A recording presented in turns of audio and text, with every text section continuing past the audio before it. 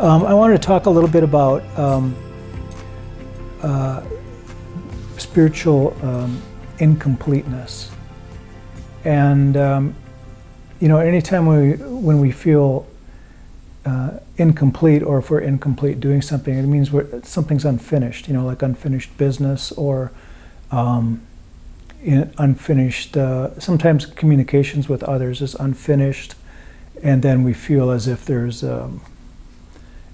like it's not complete, and that can cause problems when a partner dies or something like that, and in the area of grief, where our communication is incomplete. It's not, we're not done with that relationship, and that can cause a lot of grief for us humans. I don't know how it is in the animal world, but us humans, we are relational creatures. We like to do a lot of talking and getting along with other people, and whether we like it or not, we have to do that.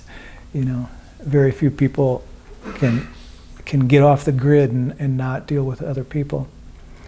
So, but being incomplete can be a lot of different things. So if we look at being incomplete from the spiritual world, to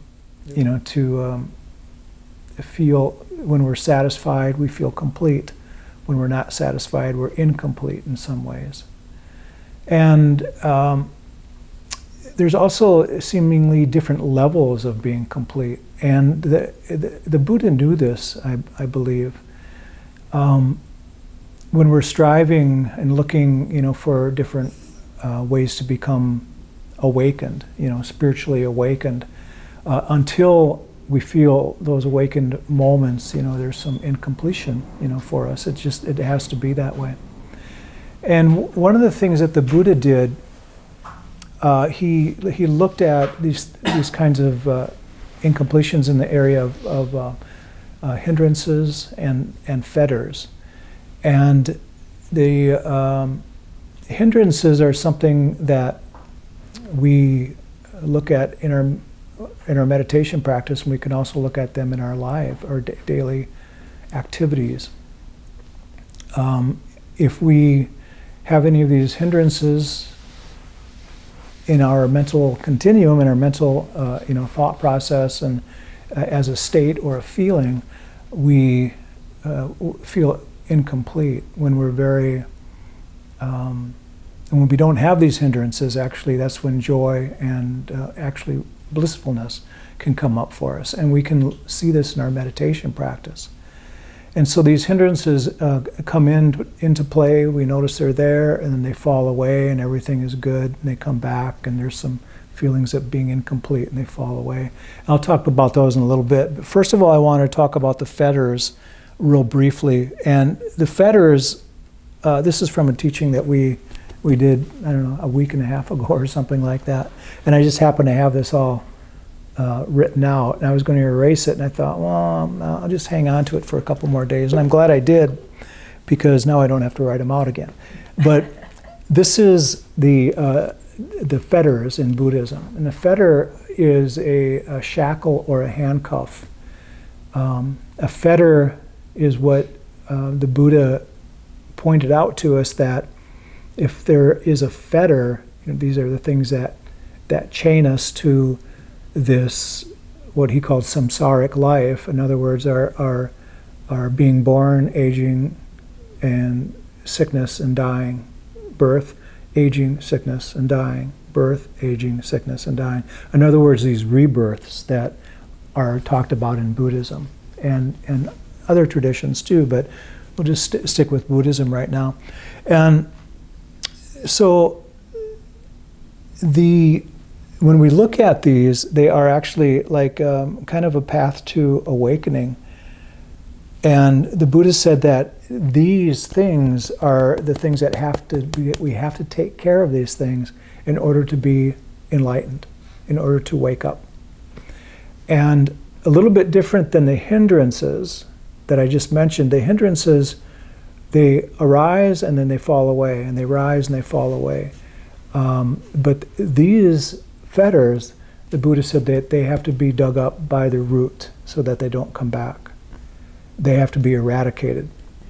If they were a weed, we'd have to use Roundup on them and still dig up the root and make sure that they don't come back. And there's 10 of them. We're not going to go into too much detail here because this would be an 8-week course. Just looking at these, I can almost guarantee that. But if you want more information on Fetters, just look it up online. Google Fetters, and there's quite a bit of information just on Wikipedia alone on Fetters. And so the very first one is identity view. And identity view is basically what we would refer to as the ego in many ways. It is the I-ness, the selfing. When this fetter is present, we feel like we are separated from everyone and everything else in the world. When it isn't present, we feel this oneness with everyone and everything. Last week we actually talked about this in some degree, at some level, and we compared it. One of the analogies was a wave in the ocean. How the wave seems separate from the ocean, but it is still part of the ocean. It comes and goes, But the identity view is the what is called anatta in Buddhism. So it's the selfing that we do. And when we realize when we eradicate this, we feel as if there's a union or a oneness with ourselves and everyone, which there is. When we look at from the quantum physics, view, we understand scientifically that everything is one and pretty much made out of the same material. We're just the world and everything in it is just as if we were out in outer space looking at it going, that's one, and we're a part of it. So as soon as that is eradicated, life gets much, much easier. We have a lot less problems in our world. Our ego is basically put away. And as I mentioned, that these have to be dug up by the roots. So if there is that realization of oneness, it lasts. And then I just wanted to point that out. I'm not going to spend that much time on every one of these. Otherwise, like I said, we would be here for quite a while. Skeptical doubt is one of the hindrances. And I'm going to talk about the hindrances again. But skeptical doubt means that it's not the kind of doubt that we might use to investigate things, but the kind of doubt that we have in practices, or doubt that we have in ourselves. This kind of doubt is can be a problem for our practice. I'm sorry, there's another house over there, and they have a little balcony just on the other side of this window. There's a window behind this, so I can hear them. Maybe just pound on the door, pound on the wall. Stop. The third one is rites and rituals, which means that if we feel that just simply by performing a ritual of some sort that we can, break through and become somewhat awakened by just doing a certain kind of prayer or using a certain kind of incense, or even meditation. Let's say I'm going to meditate 20 minutes a day, and then everything will be fine. Or I'm going to go to church every Sunday, and then all my sins will be washed away, and I'll become enlightened, or whatever it might be. But in other words, just going through the motions and not going through the actual practice, the practice of wisdom, morality, and concentration. And number 4 is sensual desire. This is actually desire is a big one in Buddhism. That's actually one of the hindrances as well. We'll come back to that, but sensual desire is the desire for things to be more pleasurable than they are at this moment, that we are looking and searching. So there's that feeling anytime that we have a desire or we're looking for something, that is an incompleteness that is within us. Remember, this is all about being complete or incomplete. All right. Ill will is actually one of the hindrances. Ill will is usually anger directed towards ourselves or somebody else. It has to do with something that happened in the future, or I'm sorry, in the past that didn't go well for us, and we can't let go of it. So it causes anger or disappointment or something that we are unable to let go of. Birth in a material world or birth in a formless world. These are very subtle states where when we do concentration practices and meditation, we can go to these very, very deep levels of concentration called jhanas. And when we do that, the hindrances that I mentioned earlier are not there. So there's these feelings of blissfulness, happiness and blissfulness come up for us.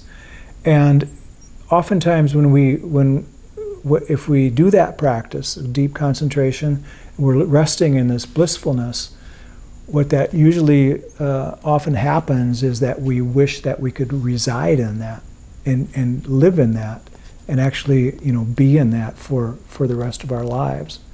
And the Buddha pointed out that if we would die in that state, for example, for somehow we're meditating and there's a catastrophic thing happens and we would die, that we would actually be reborn in that state because that's what we're favoring, that's what we're asking for. And he said that can be very detrimental because in these states we would be resting in there for a long, long time, like an eon. The primary thing to look at is that if we have a desire to be living in a different state, that will impede our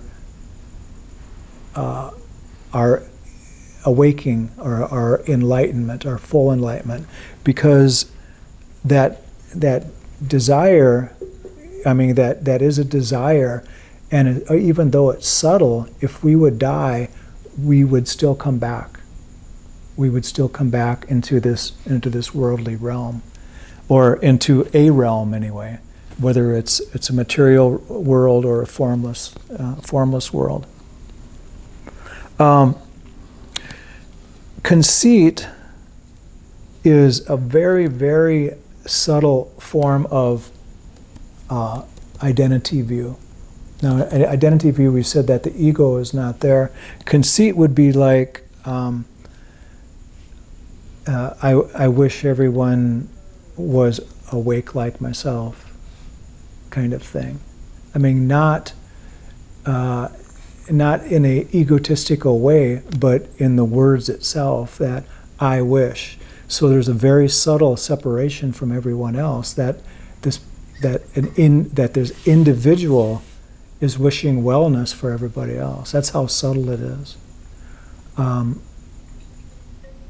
I wish everyone could be as happy and fulfilled as I am. That's a very moral wish, for others. But again, it's in the words that I wish.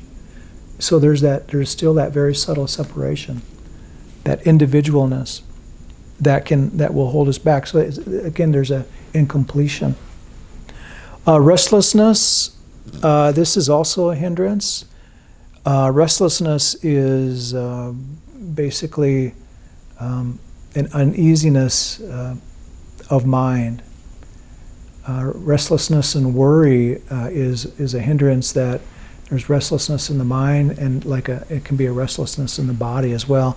And the Buddha said that in a fetter, it's just the restlessness in the mind, restlessness that we are not completely done somehow. So there's still a feeling that there is still something to be finished. There's some incompleteness somehow. And then ignorance ignorance is another form of incompletion. Ignorance in the truths of primarily the Four Noble Truths, that we suffer because of our desires, and that there is a way to stop that, and that's through the practice of the Eightfold Path. And so without that understanding, along with the understanding of karma and how all of this works, there is some incompletion there as well. And he said that in order for us to be absolutely spiritually complete, where we would reach full awakening and be an arhat, not to be reborn again in this silly little world that we live in, all of these would have to be dug up by the roots. And it can be done. He pointed out, he said that, he did it himself as an example. He taught by an example. Question mark? Yeah, so like the birth in material worlds and formless worlds, is that kind of like wishing that when you die you're going to go to heaven or something like that? Okay. Yeah. Sometimes everything is really, really good for us, and we go, I wish it could be like this for all the time, And if it was, it would be boring after a while. We still wouldn't be complete. I mean, even if we got our wish, and we could, anything in this world, if we said, let's say we found the perfect drug, and we go, I want it to be like this all the time, that would get boring for us. And we would still be incomplete, even living in a different realm, like a heavenly realm. Yeah. That's very much like what you said. Kind of like wishing, I can't wait to get out of this world so I can go to heaven or something. To a different world. Better than this. Yeah, to something different. Yeah, the Buddha likened nirvana or nibbana. Nirvana is the Sanskrit word to a nothingness that is so close to almost one of these states, but beyond that, where there is nothing to perceive and no perceiver. And so there's no person, there's no I, there is no one to even know that there is a realm that they would be in, or could be in, or would want to be in. And it sounds like, to us, it sounds like, well, that's kind of gloomy. I mean, because all we can relate to is this life, what we call life. And there's many different ways to look at it, but when we look at people that have supposedly died and then came back from a drowning or something like that, they express how pleasant and how wonderful and how peaceful, that peace of mind was very, very much a part of their experience when, they were supposedly had been dead, and then they're brought back. A lot of times they report that, there's a spiritual being saying, you have an option. Do you want to go back or not? And these types of things. And many times they say, I don't want to go back, but I have to because of whatever reason. Their children or grandchildren or whatever it might be. But it's very much like, and we can't even fathom what it would be like. And I certainly don't know what it would be like to be completely a complete arhat, a fully awakened being that would not be reborn into this world. Maybe we can imagine, but it's not a state and it's not a place of residing, in anything. So the question that comes up is like, how do we practice this? How do we accomplish this? How do we do any of that? And the answer to that is to understand the hindrances. I mentioned that these were the fetters.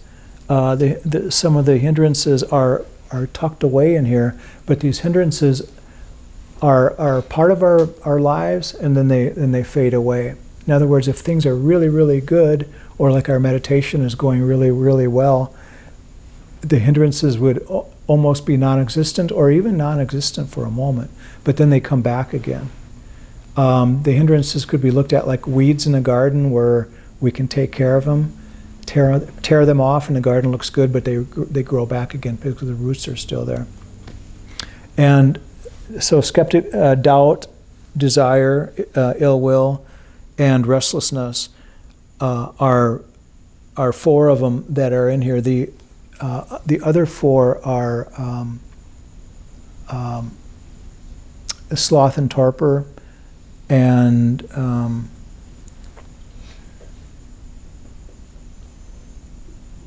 let's see, I'm missing something here.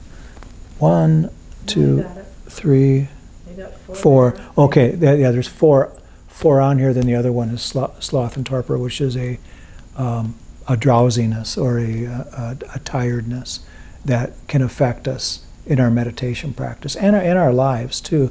But it doesn't really have a bearing on the fetters here, because this is a deeper, much deeper thing that we're working with here, rather than just our impermanence of a state. And these hindrances are states, or mind states, that we could look at them as negative mind states. So desire can take place in the past or the future. We can desire for something that we had in the past, or desire for more of something in the future.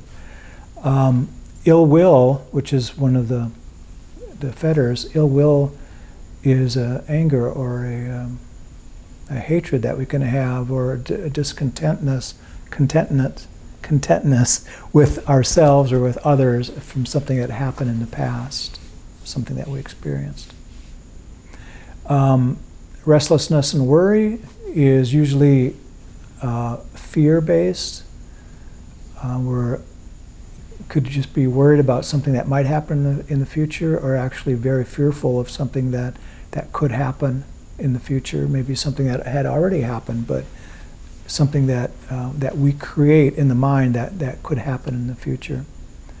And then doubt is the doubt in our own practice, the doubt in other people, the doubt in the teachings, the doubt in anything, primarily the doubt in ourselves that can hold us back.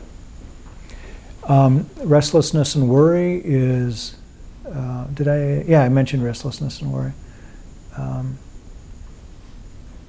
And then sloth and torpor is the fatigue, the drowsiness that we can have, or boredom. And that can really cause problems within our meditation practice. So these things we want to be very, very aware of, if they're there or not, or which ones are more prominent, or which ones are present and which ones aren't. We all seem to have our own favorite hindrance. A lot of times for a new meditator, it might be drowsiness. They close their eyes and they get drowsy, and they start having this sinking feeling, even when they're not sitting in a chair. Sitting on a cushion or whatever, they might just feel drowsy, and then this fantasy comes up in the mind, and they find themselves not meditating. For a lot of people this day and age, it's restlessness and worry. They worry about everything. I talk to people almost every day that have these great worries, of these things that they want to clear up for the future. They want to take care of in the future. Financial worries, health worries, relationship worries, all these different things. It's all created by the mind, though. And then there's, again, hatred or ill will and desire. These things are things that we should always look out for. They're a part of being human. For the most part, they will be there. We all have desires, but we want things to be a certain way, but when we have that element of that I in there, that I want things to be a certain way for this, that's when we have to, worry about that desire. So the 5 hindrances are really the key to eventually eradicating the 10 fetters. And we can work with that right now, which is what we will do. When we go into meditation and we notice any of the hindrances, we just simply ask ourselves why, and just noting them very briefly, just being aware of them is the key, to know that they're there. And especially when they're not there, that means that we're doing something absolutely correct, in our meditation practice. So if there is any kind of feeling of being incomplete, that means that there's a hindrance there. If we can focus our attention on the breath or whatever our meditation object is, and just be in that present moment, the hindrances won't be there. And that's what we should notice. We'll start thinking of something, and I can almost guarantee it, with that thought process, a hindrance will follow. And if so, we just look at it and see it for what it is. Maybe we look at it, is it based on the past or the future, to simplify things? We come back to the present moment. Because these hindrances are found in the past and in the future. These creations of that we create, things that we create with the mind. Any questions on that? Okay, I'll guide us through a meditation that will deal with these hindrances and what to look for, and then the rest of the meditation will be silent. Okay, so please make yourself comfortable.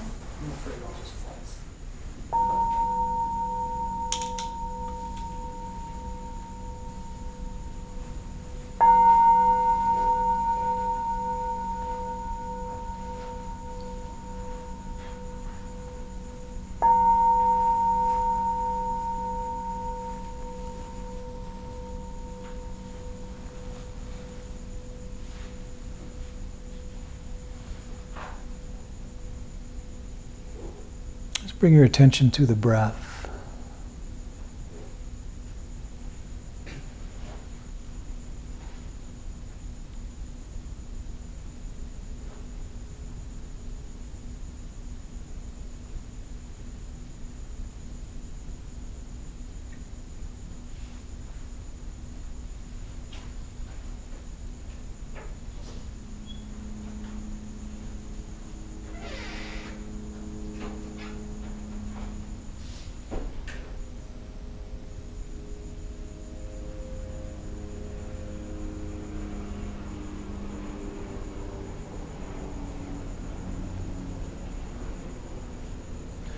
With the attention on the breath, notice how it feels. If you're concentrated,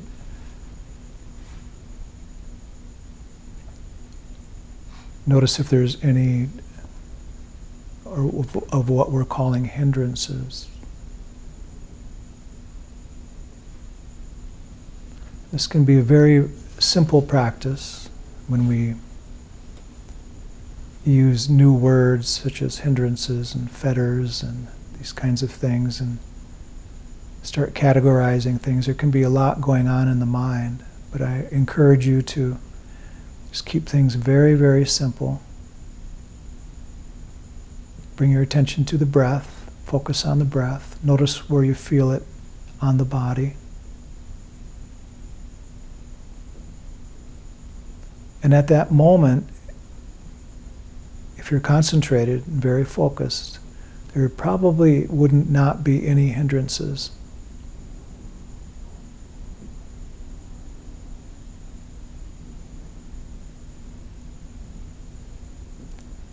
If your attention is pulled away from your meditation object, there's a very, very good chance that there's a hindrance, or maybe several of them.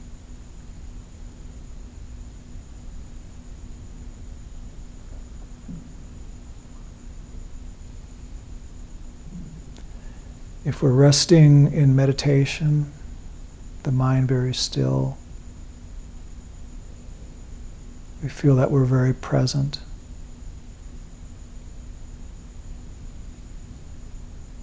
There should be very, or possibly no hindrances at all.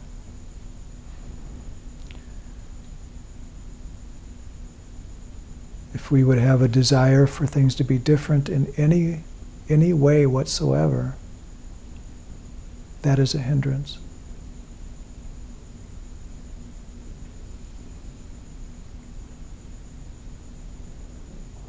If we can bring our attention back to the breath, back to this present moment, this concentration, then there likely would not be any hindrances.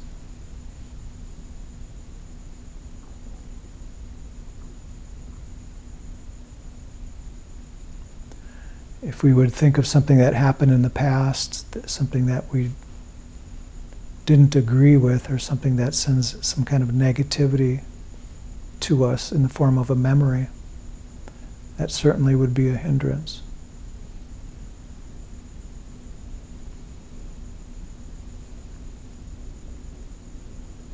If we're upset at ourselves for not being able to meditate correctly, or upset for any purpose at all, that would certainly be a hindrance.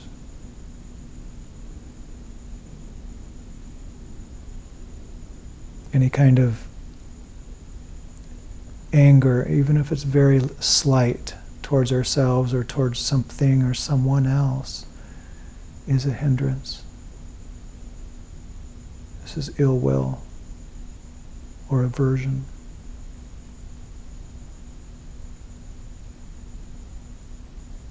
If we're resting in the present moment, then there's likely no hindrance.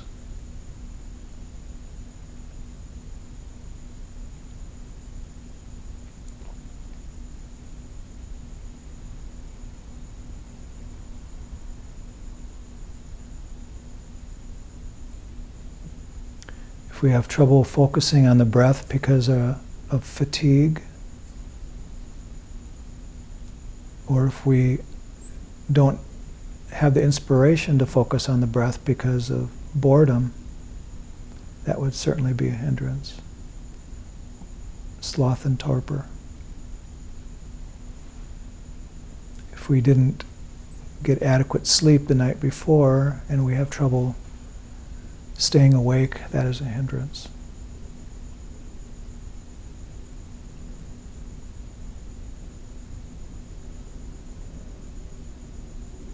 If we can have energy within the body and be focused on the breath, very few hindrances, if any.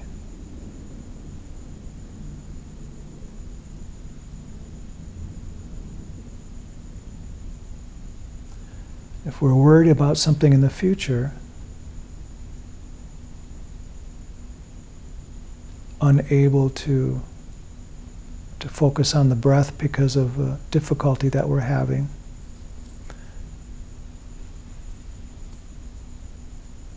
we're trying to fix something so it doesn't bother us or somebody else in the future,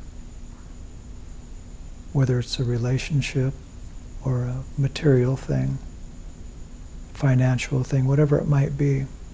This is a hindrance. We bring our attention back to the breath if we discover this, if we discover any of these hindrances.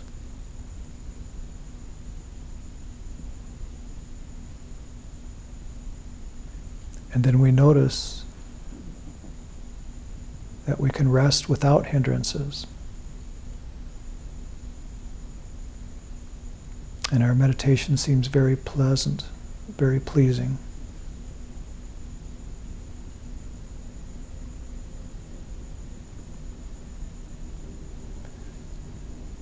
If we have difficulty focusing on the breath, and our ability to do so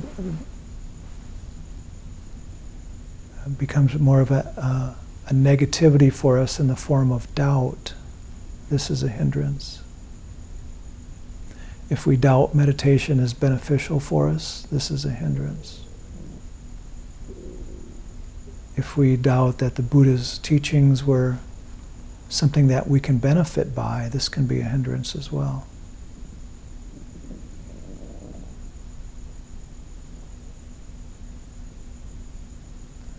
Because there's a feeling of incompleteness, being incomplete.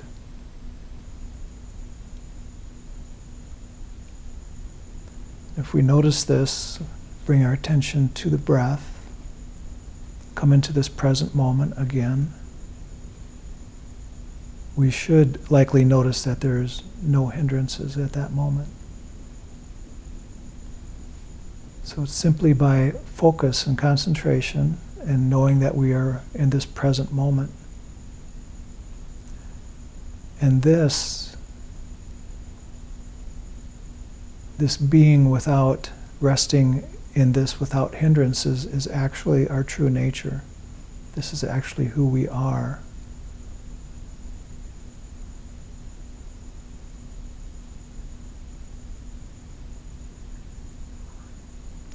Because all these hindrances are formulated by the mind.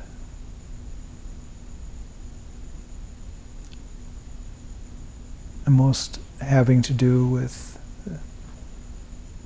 the mind referring to the past and the future and believing that it is all real.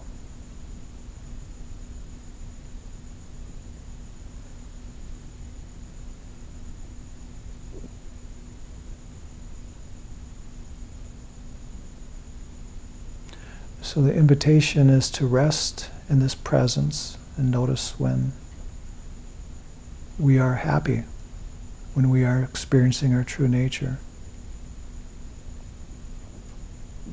Because this is really the ultimate reality for us and the truth of our being and who we are. Notice when the hindrances are present. Just briefly note them and then come back to your meditation object. If we can do this in our meditation, then we can easily do it outside of meditation.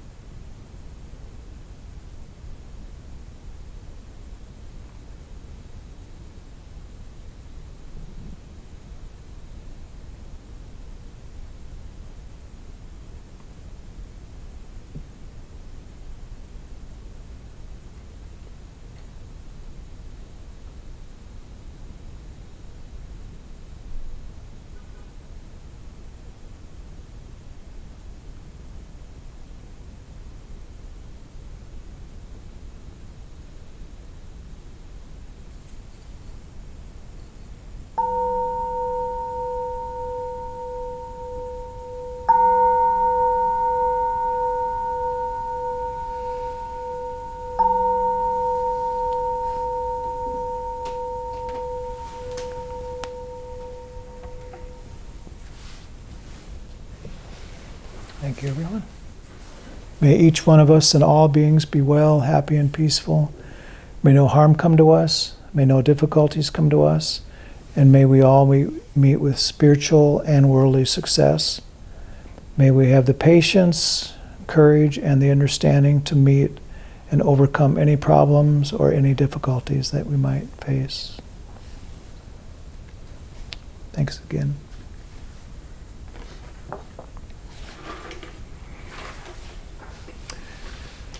I hope everybody enjoyed their meditation and that I didn't give too much information before we started, to clog the mind or anything. I tried to simplify it actually when we did the guiding, and I hope that helped a little bit. But the Fetters can actually be a very deep subject, and it's one that that we don't always run into in the Buddhist teachings, as far as working with the Eight Noble Truths and or the Eightfold Path and the Four Noble Truths and things like that, which are more the standard teachings. The Fetters are something that we don't always run into. But the hindrances are something that we can work with all the time, every moment, if we remember them. The desire, restlessness and worry, aversion or the ill will, the doubt, and sloth and torpor are things that we can always look out for. So whenever we don't feel complete, that's what's happening. One of those is present. And we just have to really identify it and see why it's there, how it's relating to us. And usually we can see it, the falseness of it, once we spot it, because it is the mind going into the past, looking at things that had already happened, or going into the future, looking at things that might happen but probably won't, especially the way we imagine them to.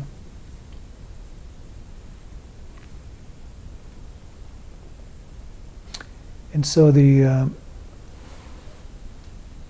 Buddha really emphasized us noticing when they weren't a part of our lives in meditation, in the formal practice of meditation, or in our everyday experiences, everyday life. When they're not there, basically we're happy. We're content. We're not bored. Everything is fine. We don't want anything to change, so there's no desires, there's no fear or anger, and no doubt that the practices work. No more. All right. Well, No more. thank you, everyone. Thank you Thank you very do that much. anymore.